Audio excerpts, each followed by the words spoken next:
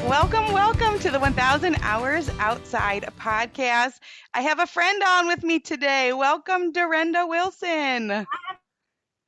Thank you for having me, Jenny. I'm excited to be here. We've talked about doing this for a while, so I'm glad it finally happened. I know. I've been on yours. It was so fun. I even had a friend that texted me. She was like, I heard you on Durenda's podcast. So That's great.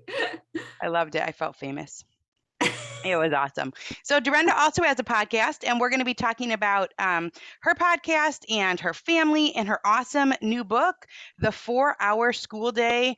I love this, how you and your kids can thrive in the homeschool life. And we're also just going to be talking about how life can look different than how everyone else does it. 4-hour school day, that's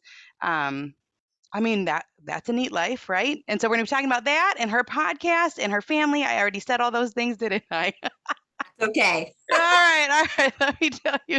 So yes, and Durenda has the Durenda Wilson podcast, which a ton of my friends listen to and I listen to, and there's so much to learn from her. Let me give you a little bit of her bio. With more than 25 years of home education experience, Durenda Wilson is a trusted voice and resource at homeschool conventions and on the Durenda Wilson podcast. Durenda and her husband Daryl have 8 kids and 6 grandbabies. You are the type of person that everyone needs to go to for advice, right? 8 kids and 6 grandbabies. So you've done all these transitions. As an author and speaker, her greatest joy is helping moms discover God's grace and with it, the courage to put their full trust in Him, moving forward in faith and confidence. You can connect with her at durendawilson.com. So welcome, and I'm so glad you're here. And this is your second book, correct? It's actually my third book. Your third book. Okay, whoops. Book that wasn't self-published. Yeah, I did The Unhurried Homeschooler. Yep, I have that one. 6 years ago, and then I did Unhurried Grace, which is like a little devotional for homeschool moms. And then that's right. That's yeah. right. Yeah. I forgot about the devotional. That's the one I forgot about. I think we have that one too. Yeah, so this is your first one that was published through a publishing company. I'm sure it's been quite the experience. Very different, yes. Yeah, definitely. Yeah, but it's a beautiful book. Yeah. Well, let's talk about, there's so much to talk about, but I kind of want to just start at the title. Yeah. The 4-hour school day. I think because I think as a society, we're very much in a box. Yes. That, school needs to last 7 or 8 hours. And when I say school, I personally think that education happens from the moment you get up till the moment you go to bed, for the most part. Even they're starting to come out with things about video games, that actually video games are helpful for, cognition and things like that. So, education is happening all the time. How did you come up with this title of the 4-hour school day? Well, I actually didn't come up with it. My literary agent did. And at first I didn't like it because I thought people are going to think that I am going to tell them how to homeschool in 4 hours or less a day. But after a long conversation, we realized that one of the biggest myths is that it does have to take all day long. And we wanted to catch the attention of people who might be thinking that they're not, either if they're doing less than that it's not enough, or if they're thinking about homeschooling and they think it's going to take all day and that's the reason they're not going to do it.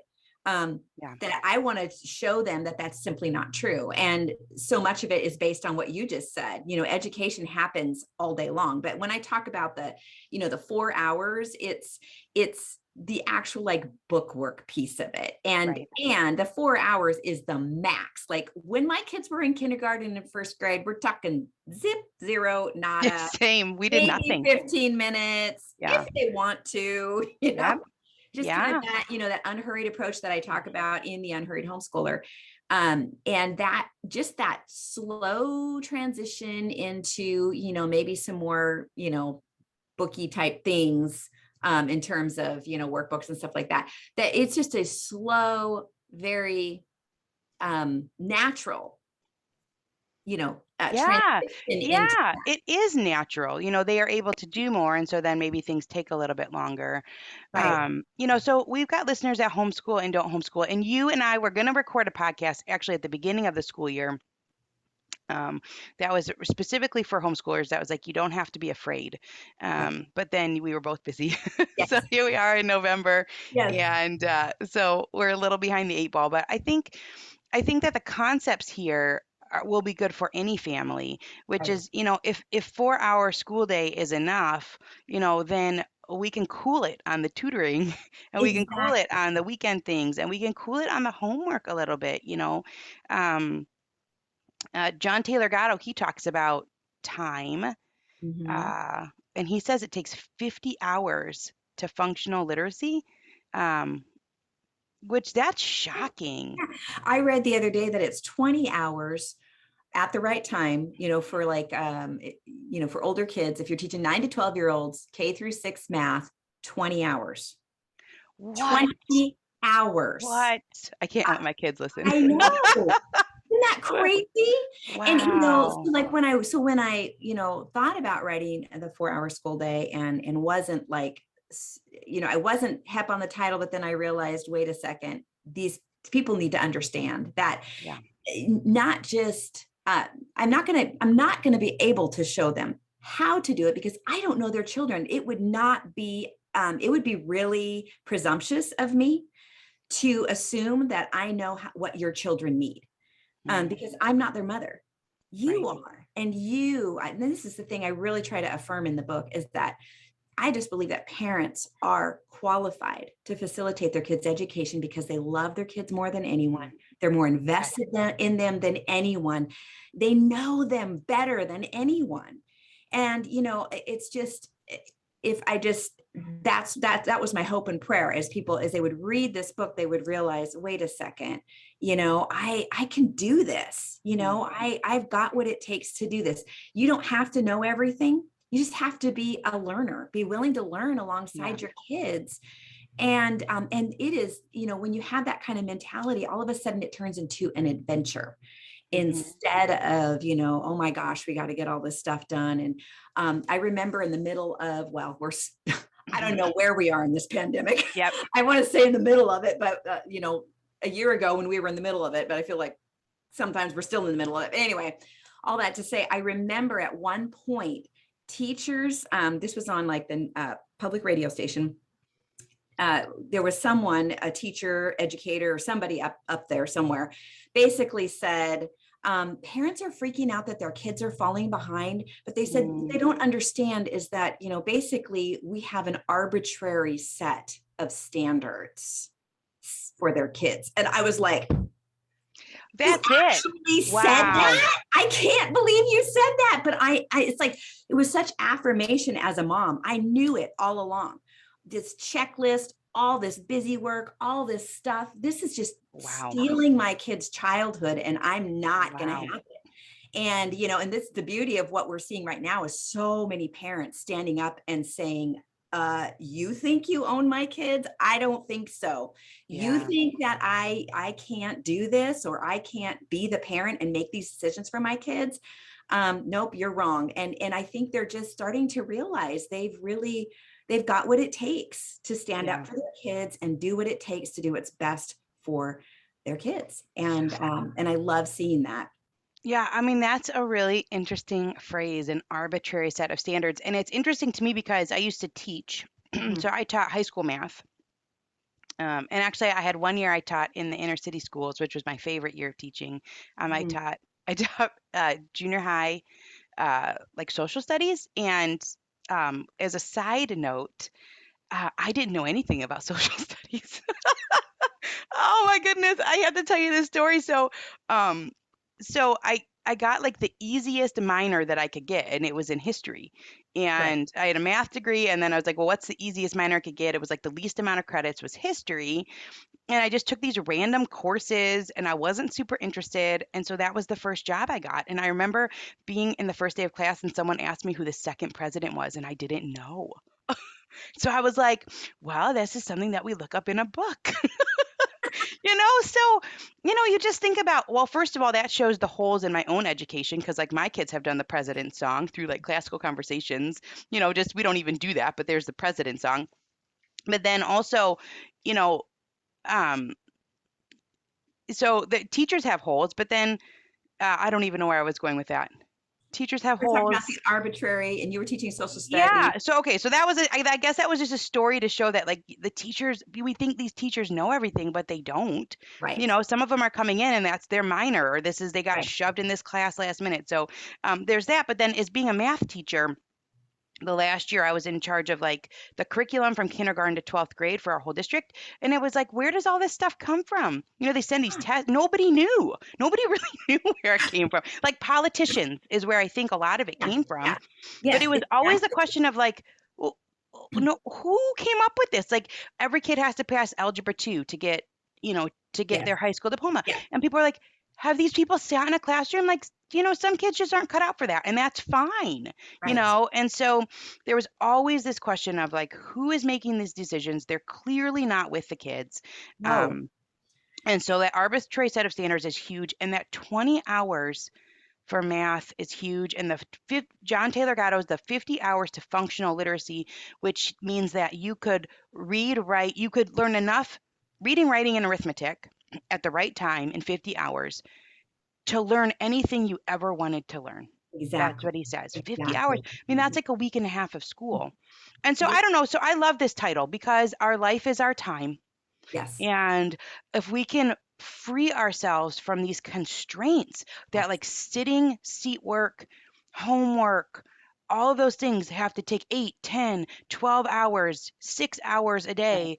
right. If we can free ourselves from that, um, Exactly. we're going to give our kids a really healthy start to life and a really healthy foundation. That's So, right. That's right. I And mean, that's what I talk about in the book. And what I wanted to say, and I kept forgetting to say, was that, the book is more about why it doesn't have to take all day. And so in that process, what I do is just lay out, just sort of ask some great questions that maybe, parents haven't asked themselves about education and mm, what it really is and when it's really happening.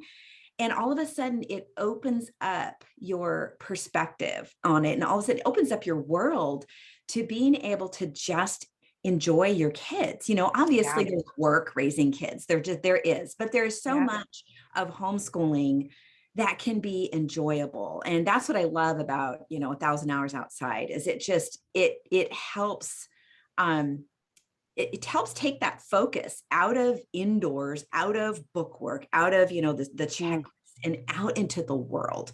Because the kids, they thrive in nature. yeah.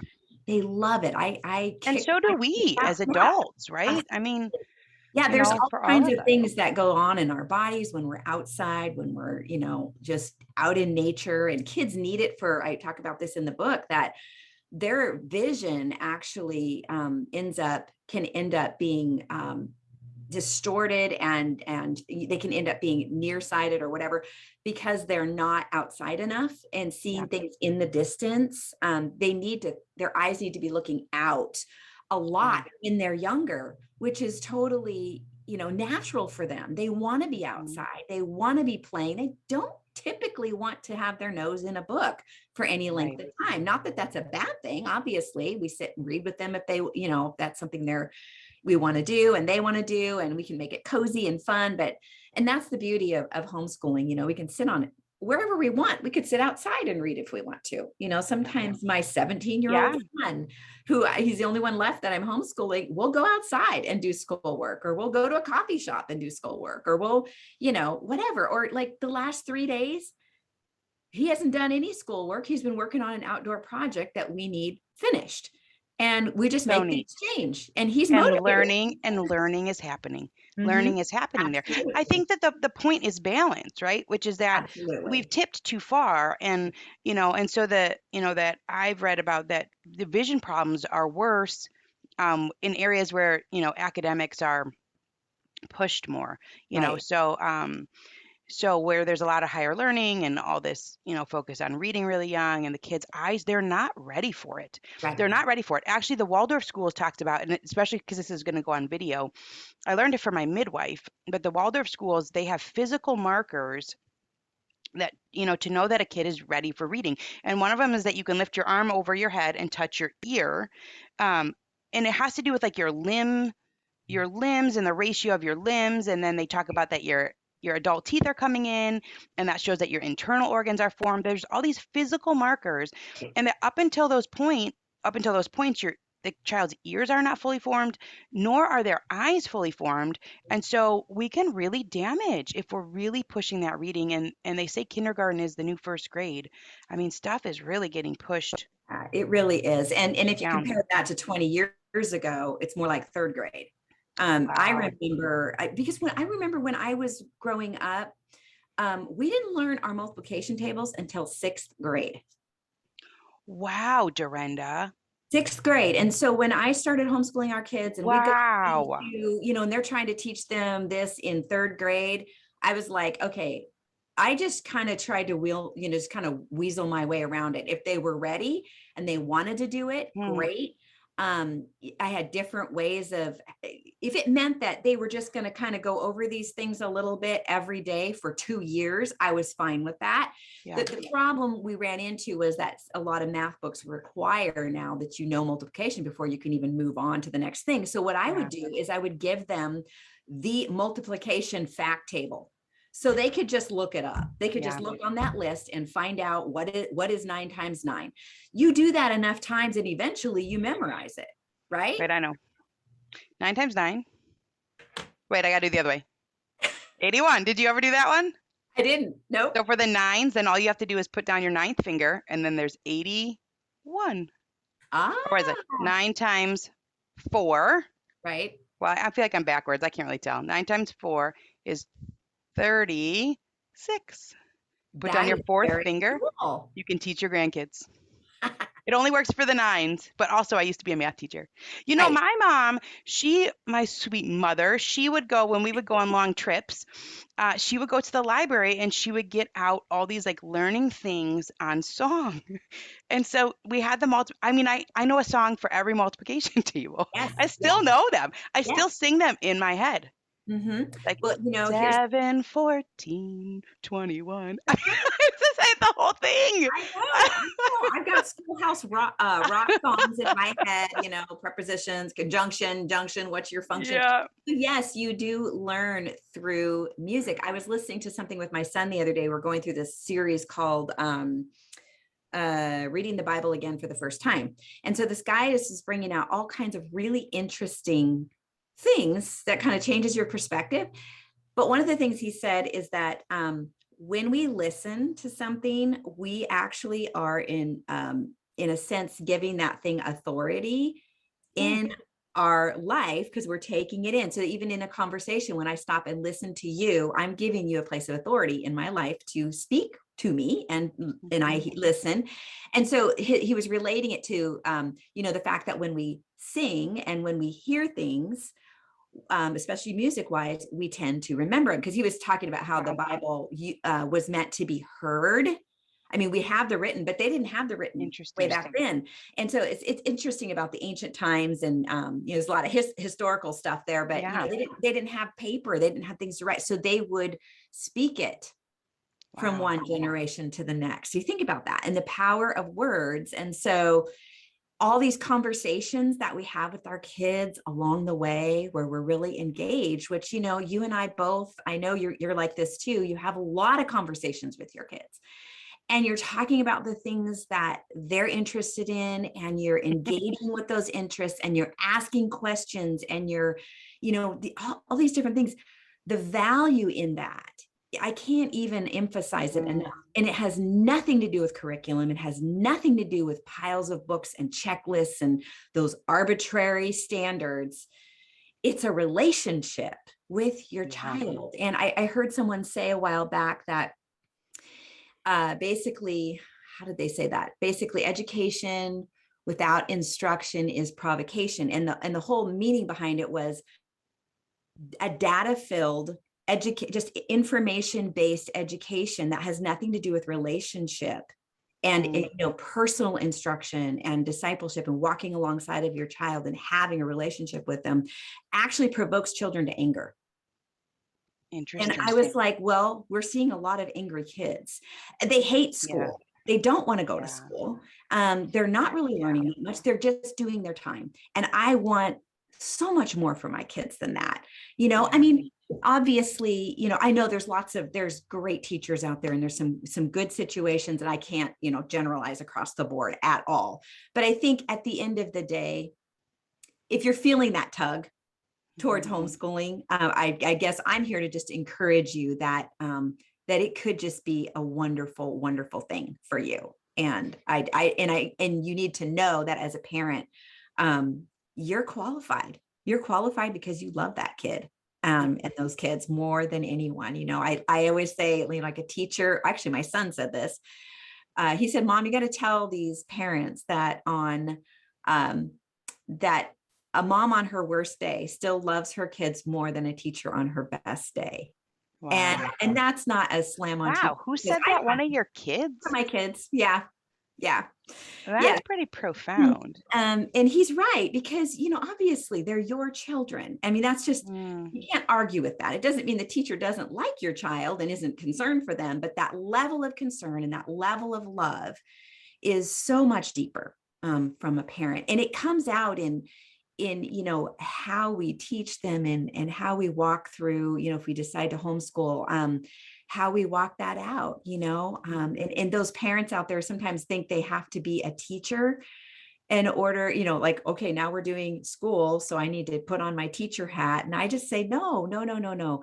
Just teach from your mom heart, teach from that nurturing nature that's already there, that love that you already have for your child. And the teaching and the learning will happen. Like, it'll happen so naturally that you don't even know it's going on. And that's the part I think that's scary. And I think, both of us, I think we had this mission of providing freedom, that like our life does not have to look like 15,000 hours of school, and that's what childhood is. No, childhood is so much more than that. And childhood are these experiences that we have together. And like you said, even just the conversations, like what a reminder that something as simple as a conversation, because it's auditory, can be so impactful. And I think we need those reminders, because there's a lot of pressure to do, and enroll. You said, and we're the same, we don't do any formal schoolwork until around age 7. Kind of back to that Waldorf thing, and that's what they do in Finland. And there's so much research about birth to 8 as being these wonder years of play. And so if the kids ask, we do some stuff, but we don't do much. And the other day, and I'm like decently busy, and I know you have 8 kids. I mean, you were busy. The other day, our 5-year-old, she came up to me with like this stack of papers. I should have brought them in here. They're sitting on my nightstand. A stack of papers. They're on this little yellow construction paper. There's probably 15 of them. She cut them out. And then she wrote, I love you on every one. And I didn't teach her how to do that. I mean, I guess, we haven't done that yet. We've gotten through A. Like that's it. And so, but she found it somewhere, written somewhere else, and she came in and she said, Mom, I made these for you. It says I love you. And it's like that was self-initiated. So she gets so much more out of that than me having her sit down and write I love you 15 times on a piece of paper with a little, dotted line that goes through the middle. So I'm sure you have some stories of that. Like, can you think of something about just something your kids did that was, or one kid that was self-initiated, and you saw how much they got out of it? Oh gosh. Well, putting you on the spot. I'm sure there's a million things. The best story probably, actually I have one about my grandson. First of all, he fun. Turned 7, and his mom was, periodically just visiting. This was actually like a year and a half ago that this happened. She'd been visiting colors, like, what colors that? Just talk about it, right? Yeah. Way, just kind of to help see where he was going, and just sort of like, give him a little nudge or whatever. And he was constantly getting them wrong. Like every now and then he'd get them right. And she's like, oh, well, okay, whatever. And so, but then one day he's playing Uno attack with his dad. And the cards come shooting out, and he starts naming all the colors. Just bam, bam, bam, bam, bam, bam. She's like, he was just ready at that moment. Yes. It clicked. Yes. And then you and I have talked about this before, where with our kids, we did, whatever book work we were doing, we would do that in the morning, along with our chores and all that kind of stuff. And then usually after lunch, our goal was be done by lunchtime with that stuff, no matter how old the kid is, unless they're in high school, then they can go a little beyond. Or if they've been messing around and and they need to learn to stay on task. But other than that, the kids were, and they didn't do that very much because they knew they were going to get this independent time every Right. afternoon from, Right. usually from like 2 to 4 or 1 to 4, whatever. Anyway, so they would be out there for a while. And it rained, snow, whatever, I'd go, okay, guys, you need to go out. It was for me too. Like I needed them to go outside. I needed to Mm-hmm. know I had the house to myself Yeah. for a little while. And of course they're in and out for different things, but Yeah. and when they would come in, I'd be like, so what are you guys up to? What's, there was this one period of time where they were out. We had a bunch of rock outcroppings and they were just like gone. They were in there. I could see them up there. I didn't know what they were doing. They come back in, get snacks or whatever to bring out there. and I'd say, what are you doing? Well, we're building a civilization. And I was like, oh, cool. So Wow. I mean, I did not buy special things for them to do that. They had to source their tarps, sheets, rocks, wood. They had to use what they had to create. So they created the civilization, which they went out to every single day for, I can't even remember how long it was. And I would hear periodic stories sometimes about what was happening out there, just kind of bits and pieces, but I never really knew the big picture until they were adults.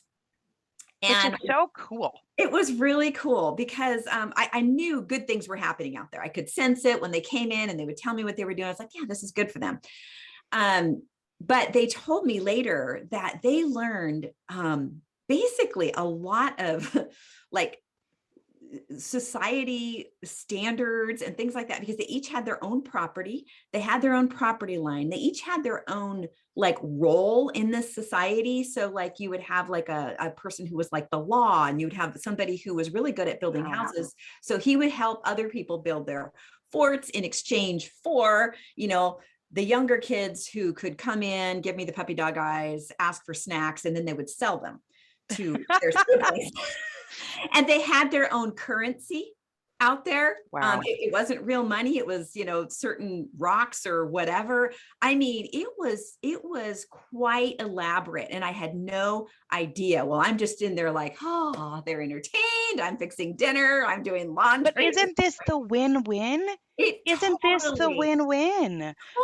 Which is like, like you're getting what you need and they're getting what they need. Whereas the other way, it's just kind of butting heads like all the time. So it's this like gears grinding all the time. Yeah, it's like this miraculous thing that what's easier for us is also beneficial for them and the most beneficial for them. I mean, all the books say that. They all say that. They all say that play is the primary thing. And when you really take a step back and you think about a situation like you're talking about, you can see it. Like it seemed frivolous because you didn't even know what was going on. Right. You're not checking boxes, learning about civilization, learning about adult responsibilities, learning about societal roles. I mean, those things are in curriculums, I've seen it. Like I've gone through some of the standards in our state and you see that kind of stuff. Like they need to know about the roles of society. Well, they're doing it on their own. Yes, and they're doing it. That's the difference. Mm-hmm. Reading about it versus doing it. Those are two very different things. I was hearing someone talk the other day about, just like you can read about raising chickens, but that doesn't mean you know how to raise chickens. That's the truth. Well, that's how I felt about gardening. Yeah. Actually, as we were talking at the beginning, I think before we even popped on, this author, Sharon Lovejoy, and I wanted to be a gardener, but I was so scared to try. And I had stacks of books that I didn't understand. I didn't understand what germination meant. And I didn't really get like, how do you know when to plant it? And I feel like I'm like, mildly smart. I'm like, I didn't understand any of these books. She's got a master's degree. Like Sharon Lovejoy, she's got these books that like she framed it like do it with your kids. She has like a pizza garden and a sunflower house. It's really whimsical. So then I was like dreaming. I'm like, well, I want to do these things. And then when I did it once, then I understood. The companion planting. I'm like, I didn't get it until I did it. Absolutely. Absolutely. Yeah. And you think about this, I would want to know that if the internet went down, let's just say the internet went down, we couldn't Google what we wanted to Google. What are we left with? And what are our kids left with? Because I think we want to equip them with a set of skills that if changed, if something changed, they're golden. They understand what it looks like to exist without all that. And that's why I really, really, really try to keep screen time limited. Now, when our kids our oldest were young, that wasn't a thing. So I had a little bit of a foundation already laid there, which was very helpful. But it got challenging as more and more technology came out, and how do we manage this tool? Like it's a form of wealth. And so you think about, it's a stewardship thing. You've got to know how to manage it well. And so I just kind of kept it to a minimum. I didn't cut it out altogether because I wanted them to learn how to manage it under my,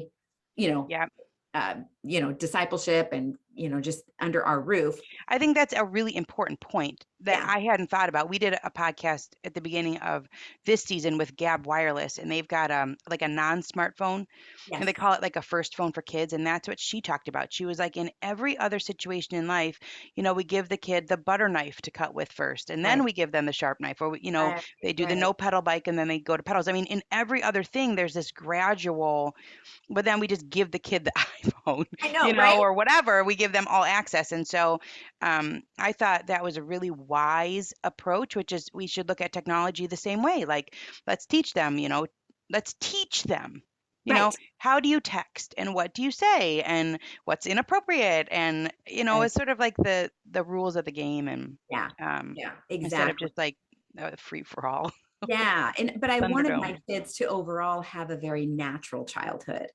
And, where they were out in nature and they were, being resourceful. They were having to find their own resources to figure things out. We lived out in Timbuktu, so I couldn't run to Lowe's or whatever to give them. I was like, okay, there's a pile of wood over there.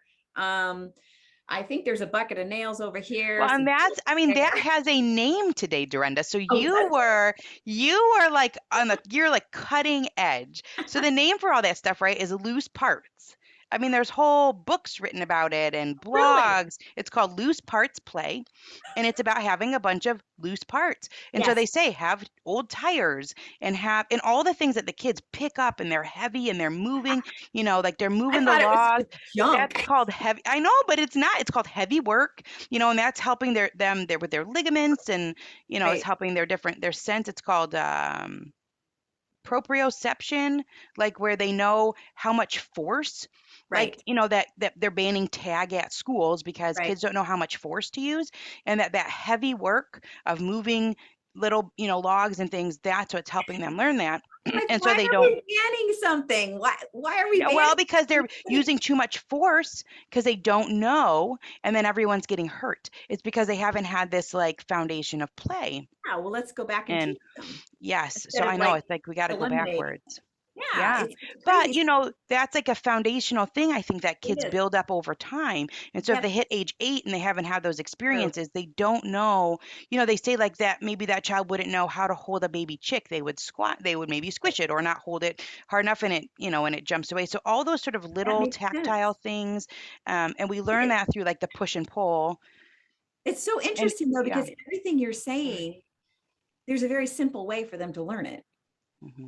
And it's just it's easy. You just give them your junk, right? You say, here's the old tire. Have at it. Well, we moved quite a bit because my husband, we would like fix places up, but we fixed them up while we were living in them. We chose places that didn't need too much work because I couldn't handle that. But each one was an investment, and that's how we ended up, being able to do a family of 10 on one income. And so we had to be willing to move every, few years or whatever. We didn't actually plan it that way. Just kind of like, oh, look at this opportunity. We should take it and move forward. And so we did, and praise the Lord. It worked out great. But in that process, we would end up with places where the people who left all kinds of stuff behind. Yes, so it's a gold mine. Yes, I remember when Jake, he's 26 now, and he's a software engineer. He works for Amazon. He went out into this shop where Larry, the former owner, had just left. So he was a sign maker, and he was done. He was retired. He left all this stuff. So he would love to go out there and tinker. He's maybe 4 or 5. And so he would be out there tinkering. And one day he comes in and he goes, "Okay, Mom, I'm ready to plug it in." And I was like, "Oh, no. I said, Don't plug anything in. Wait till Dad gets home. Mom does not do electricity. Okay. So let's just, so we waited. Dad came home. I said, honey, told him the story. He goes out there, he comes back in, he goes, it's a really good thing you didn't plug that in. But this was just, I mean, this was our life, our kids Yeah. like coming up with stuff, building stuff. And I mean, one of our sons, he, 5 of our kids are boys. So, that says a lot right there. But he refers to his childhood as an aggressive inquiry into the laws of physics. Oh, I It's love true, that. it's true. And they love sitting around the campfire, like, or, we'll do a fire pit or whatever. Every Mhm. time they get together, Thanksgiving table, whatever.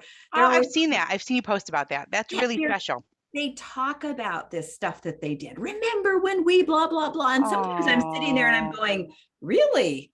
I didn't know anything about this. But I tell you what, this is like there's Lenore Skenazy has a book called Free Range Kids. I've Mhm. seen it in several books. It's like kids need to be away from adult eyes. Like that is actually a requirement of theirs. They can't, Love they that. have to have a break from being watched all the time. Well, and you know what? We need a break from watching them. Yeah, seriously. you It's know? interesting. It's interesting. I talked to Peter Gray recently. He wrote this book called Free to Learn, and he's Yeah. pretty into this like Sudbury Valley School and where it's like sort of this democratic. The kids kind of do what they want, and and he's part of this thing where after school they're trying to get these programs where the kids basically just get to play and the adults are there not to supervise but just Right. for extra eyes if someone Yeah. gets hurt or something. Yes. Yes. I was thinking about like no matter how you do it, like for you, you're saying I know there was a time period where everyone shoved their kids outdoors. I mean, that's the time period I grew up in, Right. just like go play, go find the neighbors. But now there really aren't the neighbors, necessarily. And so I think this is a new wave where the moms are actually going with, Right. this is part of my life. Yeah. I go with. Yeah. And, I have thought at times like, oh, it would be nice to shove them out the door. You feel like you need that. But also, so that's good. But also, Yeah. if I go with, that's good too. Yes. There's some special things Absolutely. there too. So, it's like either way that it happens is special and Yes. And is it's so true. beneficial to all. You Mhm. know, no A matter lot of which way it times, goes. I would, not a lot of times, but periodically I would just be outside for whatever reason. I was working out there or whatever.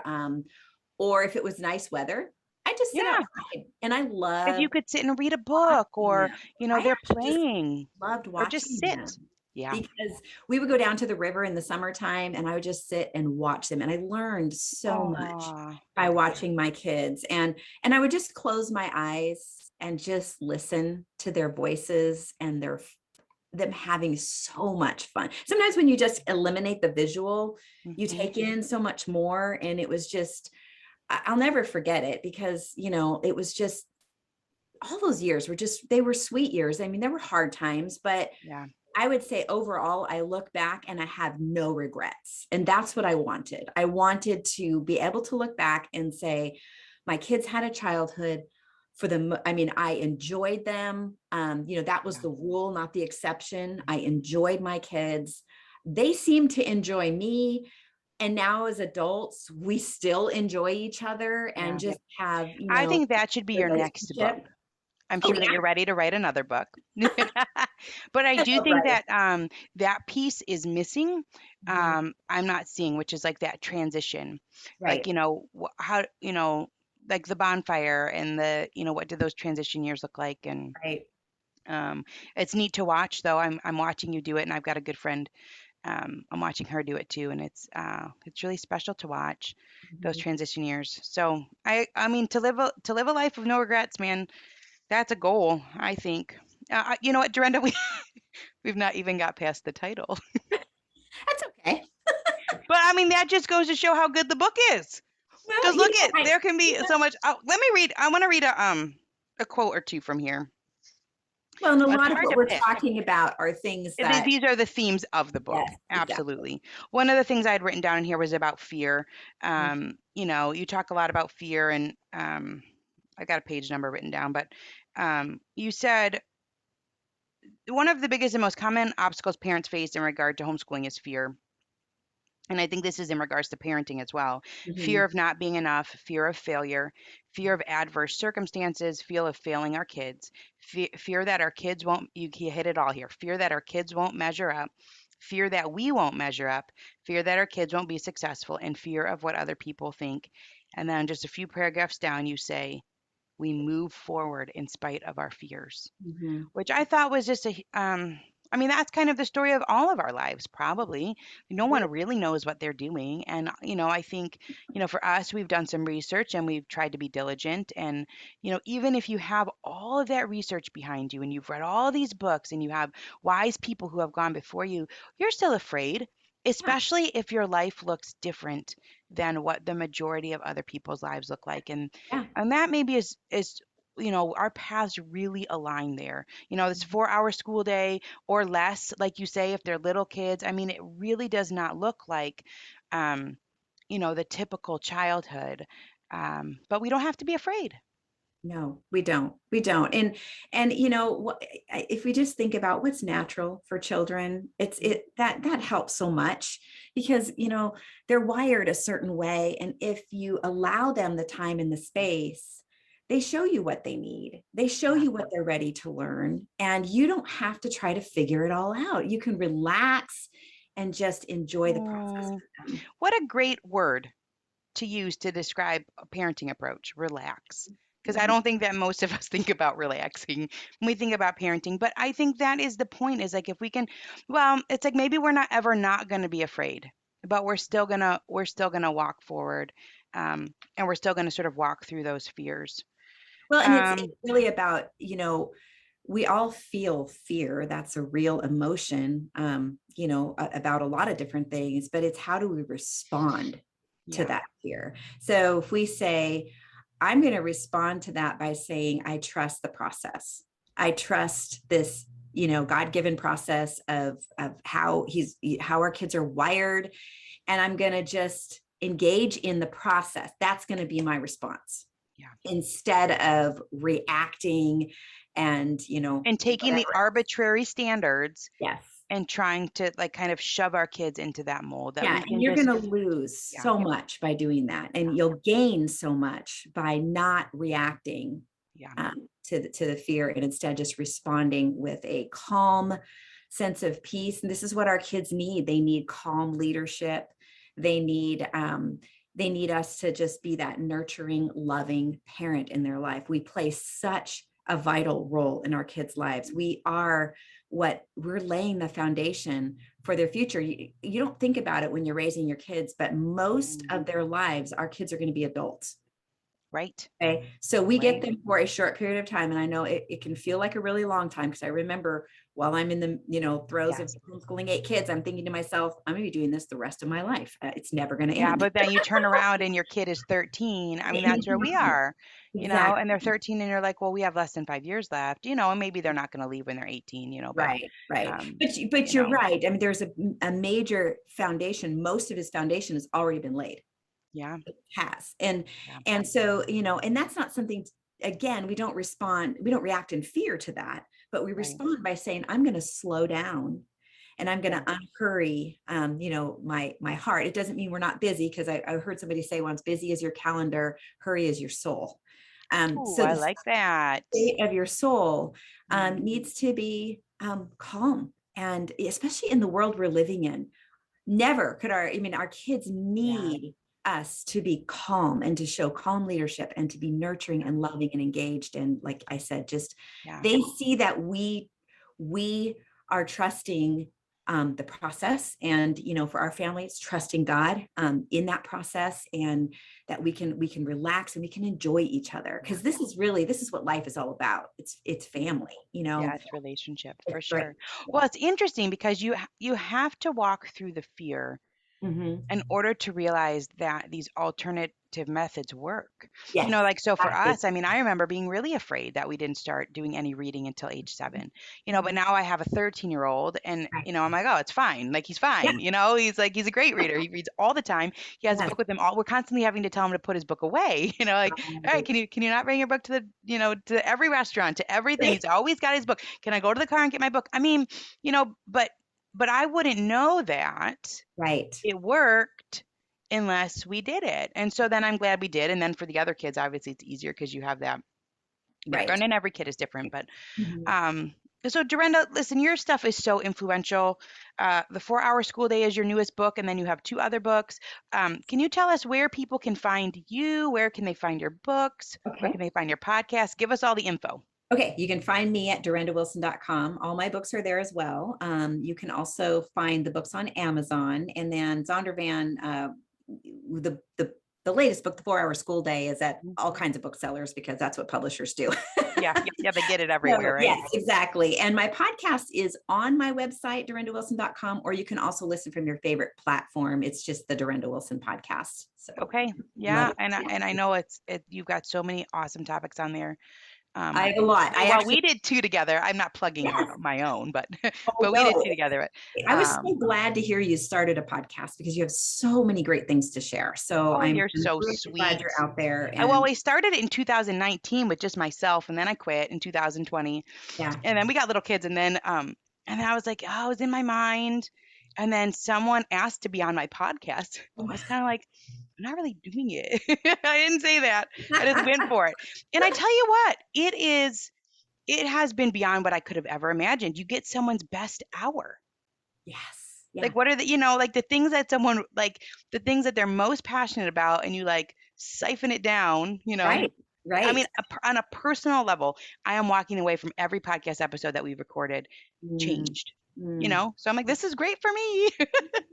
I'm Awesome. loving it. I love it. That's Um, great. can we end with you talked about your kids' childhood outside memories, but can we talk about a favorite childhood outdoor memory of yours Oh, of mine. Oh, goodness. Yes. You're talking about when I was a child. when you were a kid? Yeah. Yes. Okay. Well, I grew up in Central California, Central Valley in California. So hot, dusty, think desert type weather, Mhm. on a cotton almond raisin, well, grape and raisin. They actually literally put the grapes on papers and dried them. And Wow. yeah, it was great. So Wow. yeah. And so I went to this little country school. It was like K-8, it was like 90 kids. And so it was a great little school. My teachers were awesome. But I remember walking home from school. I lived about a mile and I would walk these dusty, and the dust was just like powdered sugar, just poof, poof, poof, poof. I'd take my shoes off and I'd walk through that, and I'd stick my hands in the irrigation water because they would always be irrigating the fields. And the cold water, I can still feel and all of that through my senses. And the times that I would sit in the backyard, I remember one time I would sit on the back porch and with the dog, and it was nighttime, and I looked up at the stars, and I just remember, I still just so vividly remember that. It was those moments where I was just alone outside that really, really have stood out to Wow. And those are so simple. me. Mm-hmm. Mm-hmm. Walking on a dusty road Yes. barefoot. Yes. And can I just say, these are the happy places that our kids get to go whenever they feel stressed as an adult. And I have watched my own kids do this. I've done this when I'm feeling really stressed and overwhelmed. Sometimes I'll just sit and close my eyes and picture myself walking down those dusty trails or those dusty paths and putting my hands in the water. And so you're giving your kids a gift when you give them a childhood. Yes, because I have read that those memories are as powerful, as Mhm. almost as powerful as being in that moment. That Yes. just thinking back on nature experiences is calming. And so, like to have, as a mom now to have these photos, and I look back and it really does fill you up It to have does. those memories. Yeah. So what a cool thing to have to bring up, Durenda, here to end it out. I think it's a gift that has lifelong um it's like a lifelong gift. Mhm. It really is. It really is. I Childhood memories. was really grateful for that. And that's one of the reasons that I wanted to make sure that our kids had a childhood, Yeah. because I knew how much I appreciated mine. Yeah. Yeah. And that it's such a reminder that it can be so simple. I think there's so much pressure to go big and take the kids here and, do these big trips. And they're like, what was your favorite moment of childhood? Walking barefoot in the dust and Right. touching irrigation water. Like, okay, right? Like, then if you're a parent that's like spent $10,000 on these different vacations, you're like, well, wait a minute, Yes, like that was your favorite memory? But that's what the kids, I mean, my favorites was swimming in the motel pools with my dad. I mean, my parents would take us, he was in the military, they'd take us on, I don't know, we had a couple different obligations every year, and they'd take us to all these museums. It was probably a pain. My poor mother, there was three of us, we're close in age, she's dragging us to these museums. And I'm like, hey, my favorite part's swimming in the motel pool, along the highway, whatever. Well, can I So, just say one more thing as yeah. being a mom who's like, down the road with 7 of our 8 kids grown, I want to say something. You have to understand that you are not just doing this for your children, you're doing it for your grandchildren and your great grandchildren. Because I see how we raised our kids impacting our grandchildren. And because our children are wanting the same things, similar things for their own children. And if we had not taken the time, made the effort to, just face our fears and move forward anyway, things would look different now. And so it's really fun and very much a tangible reminder of the investment that you're making. Wow. That's a really neat perspective that you have passed down bravery. Mm-hmm. Mm-hmm. That's what you've passed down. Wow, Durenda. Well, I so appreciate your time. I appreciate your friendship. I'm so glad that we did this. I can't wait for everybody to hear it.